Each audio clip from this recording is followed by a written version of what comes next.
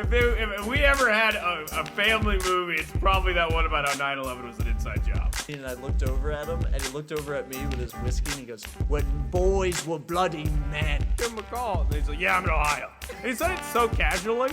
He said it like, "Yeah, I'm going to be a little late. I'm just going to need to go to Canada real quick." Fuck you, Dad! Oh, everybody, you know what it is. Welcome to another episode of Fuck You, Dad. Another very special episode. If we keep having special episodes, Kenyon, I think we're going to become a special podcast. Might be a thing. I think we might have be a Patreon. Might have to quit the day job. Yeah. Parents might be proud of you. The whole I don't fucking know. 9 yards. It really might happen if we keep doing these special episodes. But we've got a very funny comedian. He just released an album last year, AFK, and it's fucking hilarious. Everyone, wherever you are, give it up for Myq Kaplan. Thank you so much for having me.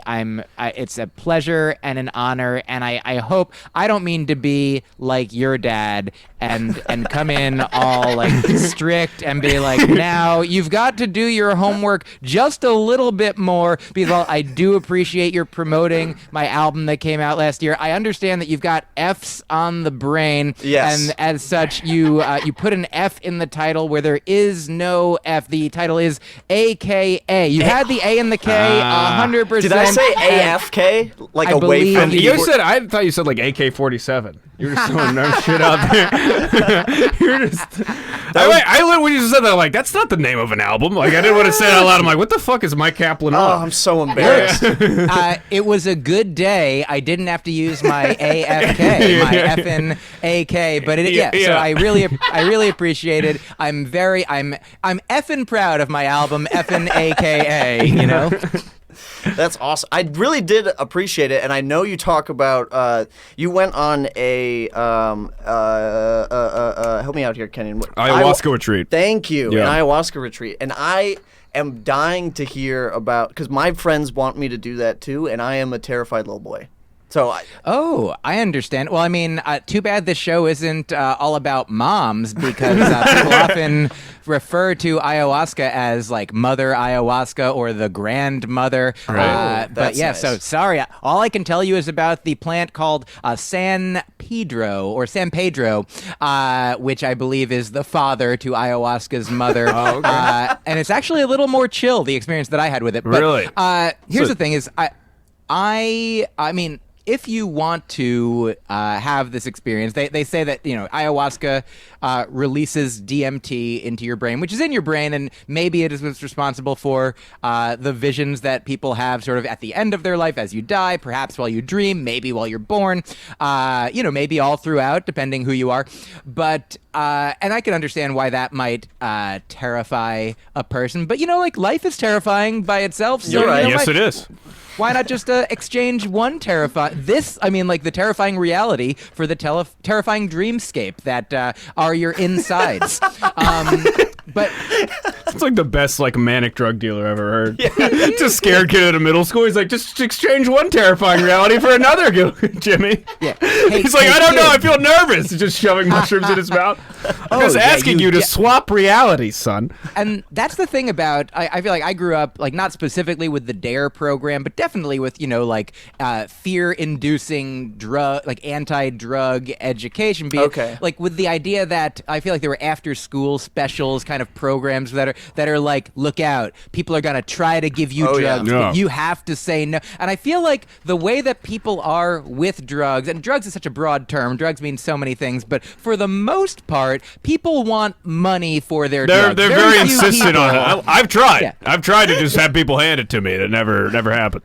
You just go into a dark alley or into the woods or into a pharmaceutical company and be like, I understand people are just giving away drugs, and maybe pharmaceutical companies are like, you can have a couple of these, but then you're going to have to pay up.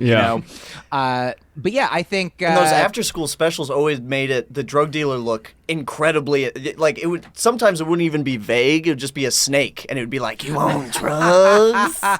A snake with a trench coat, and you're like, how's it even holding the? Is it like 3 snakes or 8 snakes in a trench coat behaving like 3 children who are trying to sell drugs to other snake children? But what they should have done is not had them on after school. They should have had them on. They should have been during school specials. Do you know what I mean? Because for a during school special, that'll get the kids who are cutting school and watching TV. But the kids who are after school be like, well, I should be able to relax. But Yeah. Have I watch you- Saved by the Bell like a normal person. yeah. Have you done any mind-altering sort of the, quote, drugs, like psychedelic type things, and just not yet this particular one? Or are you terrified of all things? No. I am terrified of all things. Let's get that just out of the way. That's always my first emotion whenever something new enters my life is pure terror. It's fear. Yeah. Yeah. As you do. But no, I've done mushrooms and acid. You've done the Holy Trinity: mushrooms, acid, Molly. I've done the Holy Trinity. I've done the Holy Trinity. Yes. Rolled this weekend. I thought it was a great time. Quite honestly. Forgot all about it. I remember. Also, mushrooms, acid, Molly. That's another MAM, another sort of mom kind of thing on the this loving dad mother. podcast. Yeah, and I guess that's what you got to do is get the dad trinity in there, which is DMT and DMT, DAD. So Another one of my friends swears by DMT, and he was like, I spoke to these a little much to beings me. who had the whole world under their control, and they were saying all we need to do is love each other. And I was like, that sounds incredible just coming from your mouth. I mean, do I really have to, change, like, lose my ego and shit? Yeah. Like, it was nice hearing you say that. And he's a guy who normally doesn't. He ran over my head with a snowboard when we were kids. Like he's not a one love kind of kid. But DMT, I think it could help those kind of folks. Absolutely. I mean, number one, I'll say you don't have to do it. That's definitely for sure. That's where I'm don't. at. Yeah, you needn't, but also I feel like maybe the experience that he had with DMT was maybe he got visited by. It's not necessarily like people definitely have experiences where it seems like they're speaking to other beings. Where sometimes my understanding is that it could be, they say like in dreams, like you might be visited by people who aren't you in your dream. You might have experienced with people who aren't you, but you're like maybe each person because you're invoking them. It's like some aspect of yourself. Like if your mother is in your dream, it's like, oh, maybe it's the motherly part of yourself. If it's a particular friend in your dream, maybe what does that friend represent to you? Maybe it's that part of yourself. And so, maybe he's visiting like the alien parts of himself. Like the ayahuasca guide deep. that I've gone to always says things like this is not going to make you more powerful. It's not going to like reveal to you necessarily like all the secrets of the universe. It's not going to make you anything compared to anybody else. It's going to help tell you where you are, help you discover where you are right now. And so maybe for your friend, maybe this guy who ran over your head with a snowboard, a snowmobile. Snowmobile, he wouldn't be here. Yeah, snowmobile. Absolutely. Just Another Minnesota funeral. a slow board, I like to say. And maybe he had his first DMT experience and was visited by a part of himself who exhibited maybe regret for that. He's like, maybe that's why he's more of a one love person now. He's like, we really should be loving each other and not running each other over with snowmobiles or snowboards or any. Let's not run each other over at all. With any recreational vehicles, that would be a good rule. It's a good rule of thumb. So, Mike, when did you start getting into like tripping and all that kind of stuff? Were you like as a teenager? Were you doing that, or did it take you a while? Great question. In fact, so my mom and my dad, I'm an only child, my mom and dad, who were together until I was about 13 or so, 13, 14. Oh, wow. Even when they split up, when they divorced, they were like, well, we love you both and we're both here for you and this has nothing to do with you. This isn't your fault. And I was like, I mean, of course, how could it be my fault? But I was like, why are you even saying that? Yeah, this like, makes me feel like it's kind of my fault a little bit. Was Just it for my you fault? saying, That didn't even enter my brain. You're like, dude, it's not your fault just because was of like- the strain of your existence tore us apart, even though we I'm were a madly in separate love for a long time. person. Yeah, I didn't even. Like, I'm not in your bedroom. Like, I didn't fail to give you an orgasm for the last 10 years. This is my fucking fault. Exactly. Were you there for this talk? That I don't know. exactly it. And This is every So- divorced person is like, it's not your fault. You're like, I never entered that into my. They're like, it's not like my parents split up like that. I'm like, I know it's not my fault. It's your fault for thinking this could ever work. I mean, there are circumstances in which the parents don't say that, where maybe they're like, like maybe the child did introduce some instability in the relationship. Like, obviously, it's not like the child didn't choose it, didn't do Right. anything, but and there are children who don't understand what's going on, and maybe everyone could benefit. It's way better from like here's an analogy. Like if sometimes I'll meet a person who I haven't or like run into a person who I haven't seen in a long time, and I always like it when if I don't remember them, or even if I do, if they're like, hey, like what you did, Nick, when you're like, hey, you might not remember this, but we did a show together years ago, and it would be actually weird if you did remember it. Like that's a very like hospitable, inviting way to be, as opposed to like one time I did a show and afterwards a guy came up to me and he was like, hey, remember me? And I was like, I'm so sorry. Yeah. I run into a lot of people, a lot of places. Will you give me a hint? And he's like, come on. Oh. And I was like, that's terrible. will you come on? And eventually yeah. I never found out who he was. So I like it And he much was better. Jesus. And that's why we all are, and children of the ultimate dad god, and dad god, like dad bod, as you will, the dad bod, the dad son. Anyway, so the Holy Ghost dad, which is a movie that we don't watch anymore. But I really like it. When, Wait. I'm sorry, Mike, to cut you off. Yes. Is that a real movie, Holy Ghost Dad? I mean, Ghost Dad is a movie. Ghost Yeah. Dad? Ghost Dad is a Bill Cosby movie. Oh. It got worse from the title. Yeah. Just mysteriously comes over your body. What a terrifying ghost to have. Yeah, God. I mean, at the time, we had no idea how terrifying it would come to be. But, yeah. So, the unholy Ghost Dad now, I guess. Devil Dad. So I like it when sometimes it'll go like this. If I run into you and I remember you and I'm like, hey, but I'm not sure you're gonna remember me. I'm like, hey, I'm Mike. Just and I love it when it's way better for them to be like, of course I know who you are. Of course, rather than risk being like, will you? Like, it's kind of awkward and embarrassing. I'm so sorry. Like, way better to offer more information than less information. And now I forget what this is an analogy to, but it was something. Yeah, It was about the whatever we were divorce, talking about. in divorce when they're like, it's not Yes, your fault. And it's like exactly. nice to throw that out there so they don't even think. But Yeah. I don't know. Exactly. Thank you so much. Better. Is it Kenyon? Did I make that up? No. It does sound That's made up, great. doesn't It's it? great when someone remembers what. Like that can't be it. That's not a Yeah, person's I was name. like, you win a lot of marathons. I don't know what this is, yeah, but yeah. so There we go. This is sort of like we're going pretty fast here. We got it. Let's slow and steady. Yeah. So I would much rather. It's much better to tell a child that it's not their fault when it's not their fault, and have them be like, of course. That sort of maybe builds up self-esteem as well. But this is all to say that my parents were very don't do drugs, don't drink, don't Okay. smoke cigarettes. And I still to this day, like, maybe I've taken in some tobacco like while smoking some other thing that had tobacco in it, Yes, but yeah. I've never smoked a nicotine cigarette to this day, because I'm like, yeah, they were right about that. And drinking I actually don't really do anymore for the last several years, not specifically because I'm in recovery, not that I'm like sober technically. It would be fine. I can have a drink. Drinking doesn't do it for me the way, Yeah. like, I don't feel that I need it, but I did in college. I tried drinking, and I was like, oh, drinking is okay if you do it an amount that's okay, and you can, and it's different for everybody. It's hard to figure it out. But drugs, So it's a the long idea of, like, lesson for some people. Yeah. As we, As we Drinking drink the during the day. PBR at 4 p.m. But over here it's 5 p.m. So it's, they say it's 5 o'clock somewhere. It's you go. literally the 5 o'clock hour here. I'm where I am.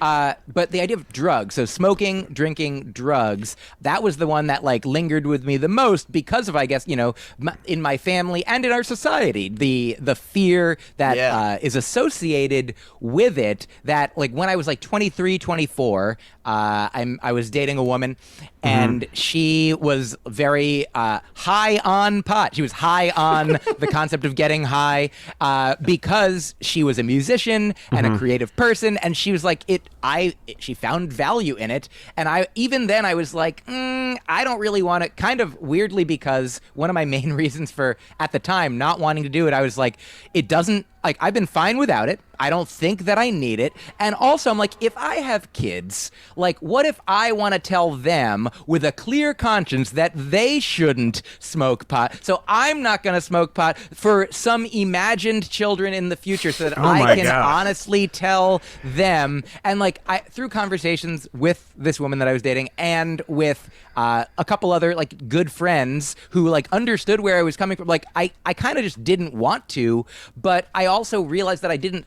And that's a good enough reason to not. If you don't want to do something, for sure. you don't Yeah, have to do do that, it. yeah. But you kind of should. But you're kind of a narc, but sure. I mean, you're a lame hang, but you're good. Yeah, you could not want to do I that. absolutely was. Yeah, and, yeah. I mean, it wasn't that I wanted to be like cool to my girlfriend, Right, you but I should've. did want to like take her experience seriously and like actually like measuredly, like objectively, logically assess like where was my resistance coming. And I was like, truly, I realized that my reason, it was more just sort of like baseline fear than like having a specific reason to not want to do it. And so I smoked pot with her for the first time and don't know if it really affected me. And I did it a couple more times. And eventually I would do it mainly. I really hadn't bought it. I've never bought weed for smoking. But I would at a party, if somebody's like, you want some, I would do it. And now I know that for me, like eating a weed edible at home while like relaxing and listening to music and just lying there and feeling my body in ways that I don't actively strive to do when I'm not in that edible induced state. Yeah. Like now I like that, but like I was all the other times I was smoking pot, I was like in a group of people that was like a weird, like even It's friends. always yeah, because it makes you so hypersensitive. Yeah, it's really not a good social drug. I don't know why It's always. not really a it's- good social drug at Yeah. all. Yeah, you're right. And if you're like, results may vary because I know there's people for whom, like for me, it doesn't necessarily make me more creative, but there's people like Rory Scovel, a friend and hilarious comedian who can ingest marijuana and then be in, a conduit to everything. I And it's saw that wonderful his to latest see. special, the documentary about the relapse theater, and there was Yes. one of his sets. I can't remember which one, but he was seen like just sparking a bowl a couple times and then just walking out there. And Oh, yeah. I've Yeah, done I that at would've like been open frozen in mics, fear. being like, "Oh yeah, I'll be fine." And even at an open mic, I'm like, "Oh, I feel like I'm at the cellar." All of a sudden, I'm like clammy Oh, yeah. and like nervous. And he There's- just rips an yeah. hour. He's incredible. And there are like specific shows that I've done where it's like you smoke and then you go out and do your set, and That can part be of it is fun. that the audience knows that. But even in those situations, when Still I've weird. done that, I get out there and I'm like, now, am I just supposed to do jokes like regular? What Yeah, is? yeah, yeah. And this ends up being my set where I'm just like, is this you? I do this. This is what I do. This is this what you want? What am I to do? As an And- audience member, you kind of want them to be like all goofy and high because Yeah. you're like, that's the gimmick. And then, Right. but as a comedian, you're like, I don't want to be goofy and high because then I'm high. Yeah. It's a conflict. It's a battle. Oh yeah, and so then while I was in my mid-20s, somewhere around 25-ish, a couple years after that, I was like, okay, so pot, not my favorite thing, but also not a super harmful thing for me, not a dangerous, fear-inducing thing, just like a socially awkward thing. And then I did a music festival. I performed at a music festival on Block Island. So I was doing music and comedy at the time. I was sort of just getting into comedy. I had started more aspiring to be a singer-songwriter. Oh, really? And so I didn't know that. Oh yeah. That's so I very did a cool. 40. Yeah, thank you so much. I did a 45-minute set of like, I probably like, I don't know, 8 songs, and then in between I would tell a few jokes because I was just starting out doing that. And afterwards, I had CDs of my music at the time, music and like some jokes, but mostly music. And I sold one to a guy, and he gave me a $10 bill, and it was wrapped around a psychedelic psilocybin mushroom. And I was like, oh, like I've heard about these. And I was like, hey, can I give you this $10 back and or however many more dollars you need for more of these? And Was then it a I had- snake in a trench coat, Mike, or was it a person? It was a very nice snake. Snakes get such a bad rap. Snakes are just like, eat apples. An Yeah. apple a day keeps the doctor away is good advice, except when it's from a snake and it's a particular apple, and maybe it's a pomegranate, and who knows. But and that story is metaphorical in lots of other ways. But I remember that. So I and the same woman that I was with at the time, she was there as well, and we got these mushrooms and we did them, and maybe a couple of the other people there did them, and then we're just on this island that like you walk around. It's like you can walk around the whole island. It's only like a couple miles around, and it was like there was people at a party, but then also you could just walk outside and be kind of in nature. And I remember it was the first time that was sort of the first psychedelic experience that I had. That sounds perfect. Like literally a perfect place very to do good. that. Yeah. Yeah. And so then I felt like whereas I could do it with people, like I'm happy, like my favorite place to do mushrooms is like with a person I love, in a natural environment, in a relaxing, a nice time and space, a good set and setting, as they say. And also, if somebody's at a party and they're like, do you want some mushrooms? And you have to do them now because we're getting on a plane tomorrow. Like, sure, why not? And that I can, like, now that I know how I am with mushrooms, I can, generally speaking, and if they know like this is the dosage, like great, then I can do this and have a reasonable experience. And so I did probably mushrooms a few times a year, from when I was 25 until the present. Like I probably don't do them that often anymore, but every once in a while. But then, so I'm 42 now, and so I think I did ayahuasca for the first time when I was, maybe like 7 years ago or something, Okay. 7-ish years ago. And so my mid 30s, and I had smoked DMT once before that. Wow. And I'd done so before it was cool then, right? Before it had really hit the airwaves, before the Vice articles came out. Yeah. Yeah, for sure. Do you guys know Shane Moss? The I do comedian? know I Shane do Moss. know Yeah. Shane Moss, yes. Yeah, Shane's a very good friend of mine. We started out together around the same time in Boston, and he'd been doing psychedelics much longer than I, and he got in. He has a documentary called, I think, Psychonautics or Psychonauts that I think and is on Amazon about his experiences with various. He's done a show called A Good Trip, all about variously. He has like a DMT TED Talk essentially that's and it toured, several right? He hours toured around long. the whole country. I remember seeing the flyers were incredible, obviously. Oh yeah. Ramin Nazer, wonderful artist friend of us, and just beautiful, conduit of the human experience and more. I love the way you describe people. That's such a conduit of the human experience. If someone said that about me, I would gush. I would literally gush. We are all that, so you are that too. But right now, with respect to this, him first, and. And I remember, so Ramin made like a coloring book to go along with Shane's psychedelic tour that I hope gets to be like recorded and released someday for everybody to get to see, because it is, Shane is a master of comedy and like this, science and self-exploration. And so, he had been smoking DMT for a while, pretty frequently, and had me do it one time. And he offered it, and I accepted, and it was real weird, and I didn't know exactly what was going on, and it reminded me of a salvia experience that I had, which was also real weird, and at the time, I think not one of my favorites, one of my less favorite, mind changing, and like. I've never done salvia. I've only heard like kind of weird things. Yeah. Have you done it, Kenyon? You strike me as a kid who would have tried it. It's like my first drug. It's like my drug of choice. What I drank when I smoked when I got off work.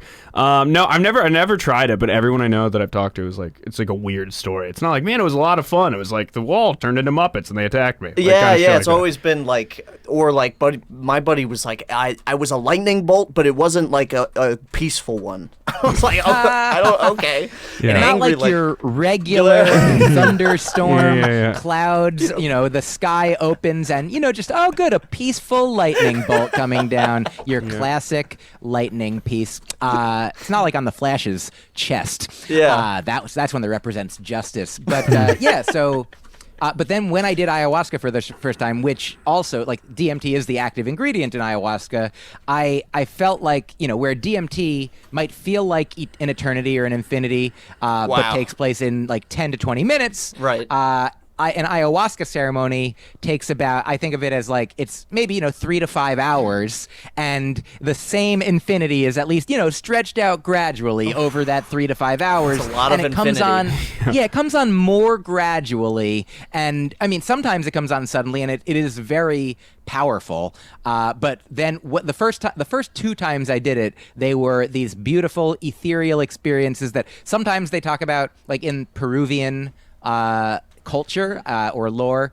They have, my understanding is that they have like, there's the heavenly realm, the earthly realm, and then like the nether realm, the realm of the dead. And that sometimes why you might, like my first ones were all heavenly realm. It was just like soaring like the condor, which represents it. And then the cat, or like I think the is it the panther or some jungle cat that represents the earthly realm, and then the nether realm is represented by, you might hear sometimes people talk about being visited by snakes trying to sell them apples. Oh, there you go. And so you might get snake imagery, you might get cat imagery, you might get bird imagery. And so my first several were just beautiful, kind of like, I mean, these experiences, I did pay money to have the experience for them, but they were kind of like the drug dealer giving me the good stuff for free. And they're like, hey, if you like this, come on back. And then next time it'll cost you a little bit in comfort, but still like the meaningfulness of the experiences that I would have that would become, sometimes emotionally, psychologically, sometimes physically, and otherwise painful, or, difficult, challenging in ways. And then sometimes the experience would be like a mix of all those things.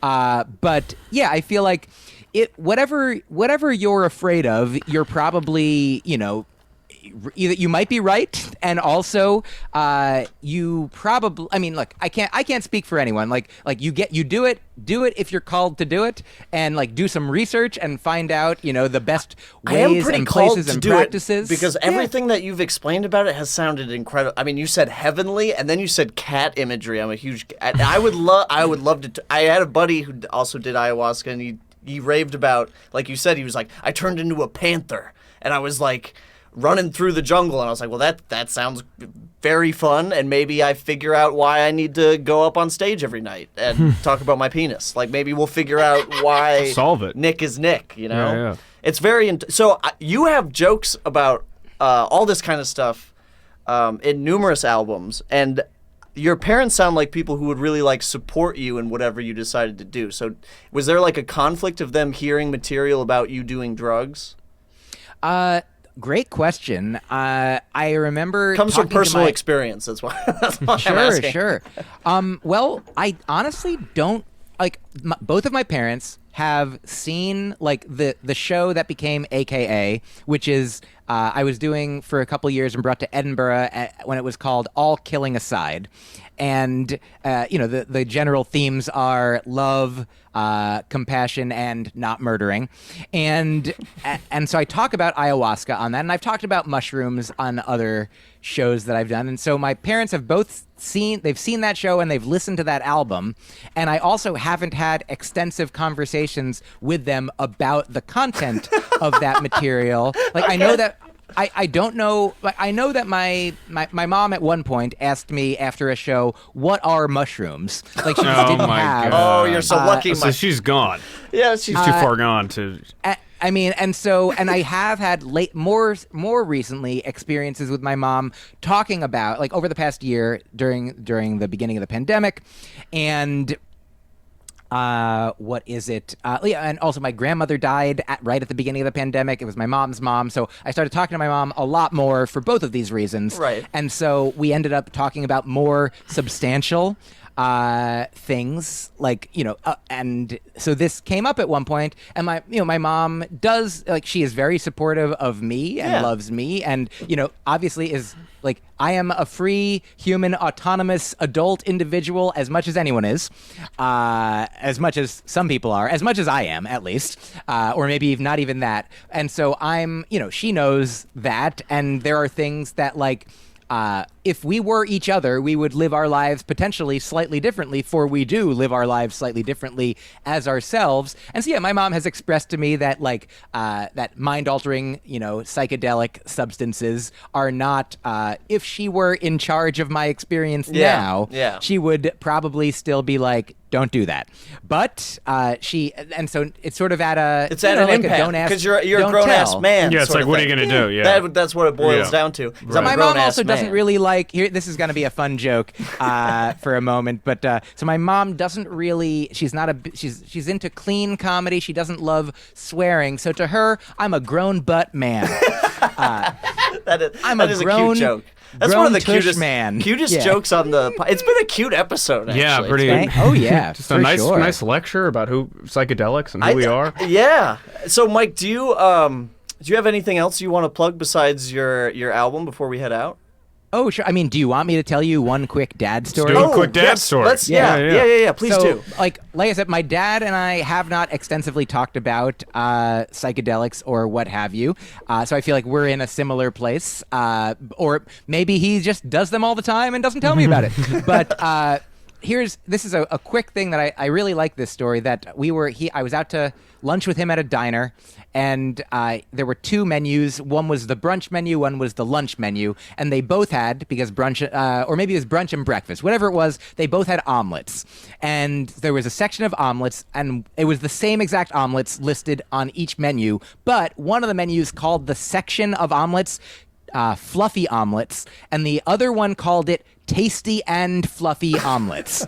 And my dad looks at it and he's like, well, I think if I'm going to get one of those, I'm going to get the tasty and fluffy, not just the fluffy. And I was like, Dad, that's pretty funny. And he's like, well, I got it from you. And I like the idea that my dad inherited comedy from me in a way that I'm like, it's sort of like in one of the first Batman, I think the first Batman movie with Michael Keaton, where the Joker and Batman there's like a thing where they're like, I created you, like I wouldn't exist without you, but you wouldn't exist without me. Exactly. Like, which one of us created the other? And I'm like, I wouldn't exist without my dad for sure, but perhaps my dad wouldn't have made that joke without me. And my mom also has told me that since she watched tons of my Zoom shows and like online shows over the past year, because we couldn't see each other as much in person, she's like, you're my activity, and now she's like looking for jokes all the time. Like, she's a funny person, and has always been a funny person, but has not actively tried to, like, not been like, hey, I said something on purpose that was fun. She's like, you make me want to be a funnier person. So I guess I'm just want to plug my mom's social media, and she's on TikTok right now, dancing her butt off. Absolutely. I was like, is butt the word that I used? It is 100% dancing her keister. And her derriere. So to answer your question of what I would love to plug, in addition to like the album, AKA, is my honestly, it's my most recent and the work that I'm proudest and happiest with, and sort of I think represents like what I'm doing with comedy it's the fantastic. most right now. I really appreciate it, and you can also, of course, follow me on social media at Myq Kaplan, MyQ Kaplan. If you put Myq Kaplan in anywhere, you'll find all my albums and specials and podcasts. My two podcasts are called Broccoli and Ice Cream and The Faucet. And I also have a newsletter that I send out every week for free, and you can sign up and subscribe for more. And there's always several jokes and other fun units in it, and it's at MyqKaplan.substack.com. So, that's very cool, Mike. All that, whatever you like. Well, thank you so much again for doing this. This was so fun and informative. I think I learned a lot. Thank you for inviting me and asking all these questions. Thank you for asking so many questions that I could talk and talk about. Absolutely, that's my job. That's what we're really here for. Appreciate it. Yeah. Absolutely. Thanks for doing it, man. Hey, thank you for watching. Wasn't that funny? Wasn't that a great clip or full episode? Do you want to watch more? Because I got more. Oh, we got more. We got full episodes and we got clips right here and right here.